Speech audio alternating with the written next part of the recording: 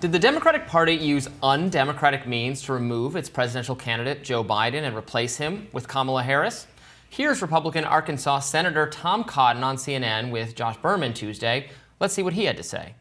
You used the language coup, and again, you've never said that for January 6th, and as far as I know, no cops were beaten up, no one defecated in the Capitol, there was no criminal trespass in terms of changing the Democratic candidates, were there? Well, no, but what you get with Kamala Harris is a failed prosecutor who wouldn't seek the death penalty for cop killers, even though her fellow San Francisco Democrat Dianne Feinstein wanted to. So he didn't directly answer that question. But meanwhile, journalist Michael Shellenberger has posted a video on X in the hours following Biden's exit announcement castigating the Democratic Party for installing Harris in Biden's stead in the 2024 race. Let's watch. But the party undermined the spirit of democracy in every election. Democracy at its core is about letting the people decide for themselves. That didn't happen. In fact, a very small number of Democratic Party donors and media elites chose Hillary Clinton, Biden, and Harris. Nobody could watch the events of the last few weeks and believe that the Democratic Party is democratic. It's a party controlled by the media, donors, and the deep state. However one feels about the GOP, the same can't be said for Republicans. Republican voters rejected their own party leaders, donors, and the foreign policy establishment to nominate Trump for president in 2016. Shellenberger called out Democrats again on Tuesday. Let's look. The war on democracy led by Democrats, the press, and the deep state has in this way ultimately helped Trump gain support. At the same time, it's left Democrats without good options to defeat him. By favoring woke racialist politics over a substantive political platform, and by selecting nominees in an anti-democratic process for 3 presidential elections in a row, Democrats have been left with an extremely weak candidate. Here to discuss what's unfolding in the presidential race is Michael Shellenberger. Thank you so much for joining us. Thanks for having me, Robbie. Always a pleasure. So I agree with you, but I want to let you lay out the case. You know, we've been going back and forth on this all week. I do think it's not. I'm not making the claim that it was illegal or some kind of law was violated. The Democratic Party is a sort of a private organization that can pick its candidate however they want. And in olden times, it was not done democratically on either side, Republican or Democrat. There was a smoke-filled room where they decided who the best candidate was. Now, that's kind of how they're doing it now. And I do think that flies in the face a little bit is in tension with their stated values of saying we're the ones who uphold democracy. Well, yeah, that's right. I mean, it's called the Democratic Party. And so the most important part of democracy is the people choose.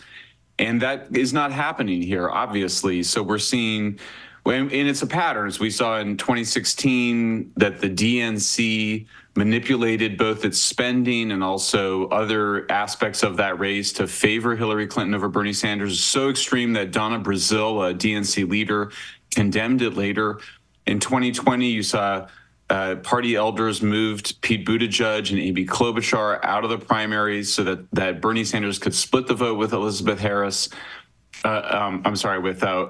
Warren, and Biden could get the nomination. And now here we see a situation where the Democratic primary voters are not choosing Kamala Harris. There was no moment in which they're choosing him. We thought maybe there would be a divide in the party and that you would see this conflict resolve at the DNC Democratic National Convention in August, and Obama, I guess, is still holding out. I think to his credit, it's something that should be decided by Democratic primary voters. If that's impossible, then at least by the delegates to have some sort of democratic process, and that's not happening. So I just think one of the questions is, how did a party that was so committed to questioning authority, to fighting the man, this is the Democrats of the 80s and 90s that I was raised with, how did it go to becoming, so deferent to authority and so committed to these kind of backroom tactics? Now, this was a ticket, Harris was on it, that got 81 million votes, the most ever in American history. This is a candidate that someone voted for. She's an incumbent. She's on the ticket. It was a popular decision. 65% of Democrats wanted Joe Biden to step down. Typically, what we see with a coup is that a sitting leader is deposed by a new leader, and that is not a decision that's popularly backed by the people. So I'm curious about the decision to use the word coup and how you see this as somehow different and more so a coup than January 6th. Yeah, I mean, first of all, I agree with you. I think the word coup is too strong, and it's not a word that I've used. And so that's not the word I would use. Although I would point out, by the way, that it's not correct to say that all coups are unpopular. In fact, we've seen in many situations, I mean, the one I'm familiar with is the Brazilian military coup. It was popular at first. And so the idea that a coup is only something unpopular, I don't think is true. And look, I think that we have a process. If the president steps down, then it makes sense that the vice president takes the president's role. That's in the Constitution. That's something that we all understand. That's what she was elected to be, was the vice president. She was never nominated to be the president, to be the Democratic presidential candidate. And so then there's this idea, well, Joe Biden will simply pass the torch, but that's not a democratic process. In other words, you can't say, oh, because the people elected Joe Biden and then he then goes and appoints Kamala Harris, that his appointment is democratic. It's bureaucratic. And so, I mean, at a minimum, there should be some open process at the convention. It's the perfect place to have an open process, to have a debate about this.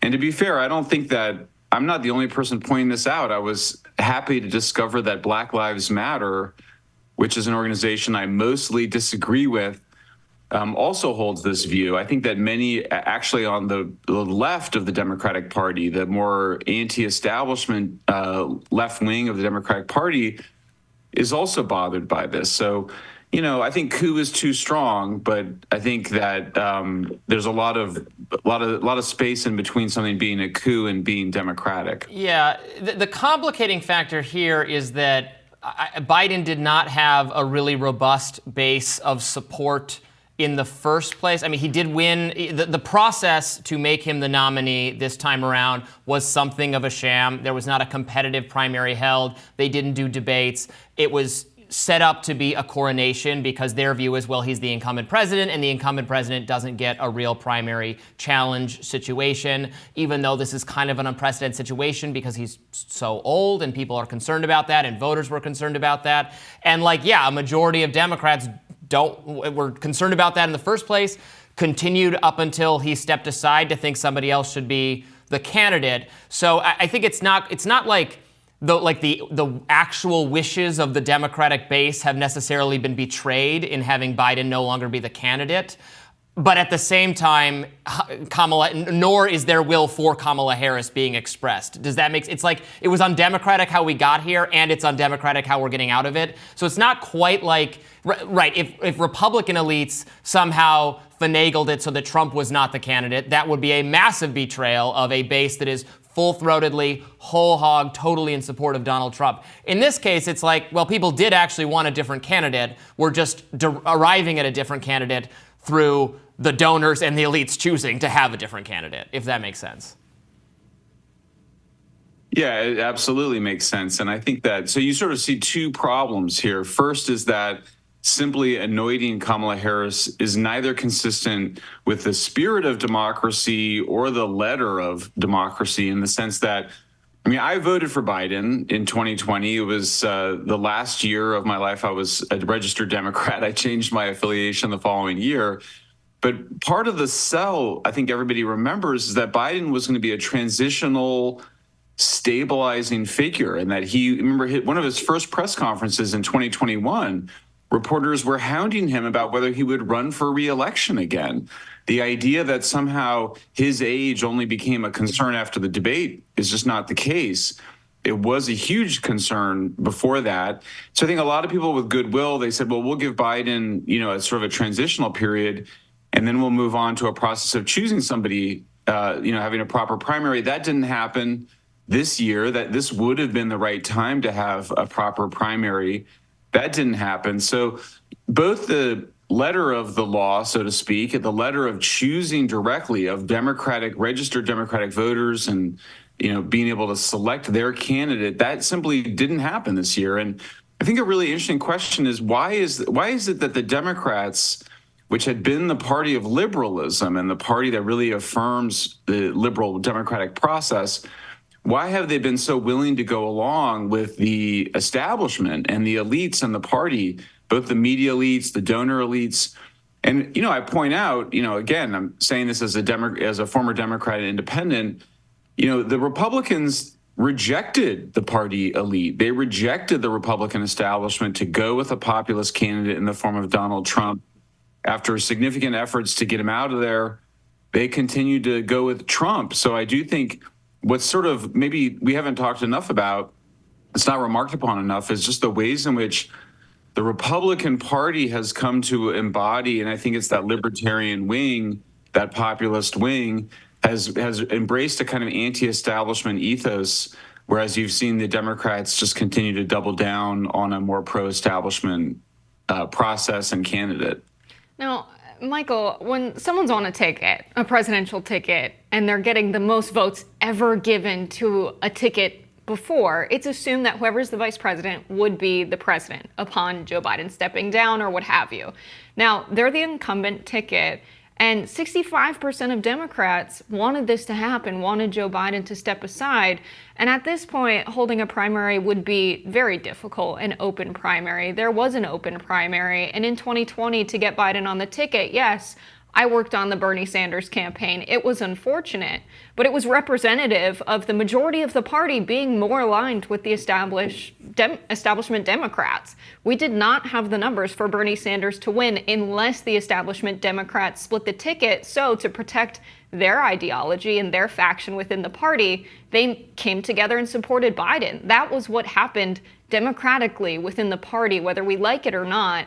And of course, parties get to decide who the candidate will be. That is what is legal under our current democratic structure. I think to say that this isn't democracy when this is legally how our democracy runs is a bit of a stretch, because I haven't heard anyone in the Democratic Party complain about this and say, this was a coup, we should have an election, this was something that is undemocratic, because what we're worried about is jeopardizing our democracy in a way that Donald Trump does, which is forbidding the checks and balances in our government, which is something entirely different.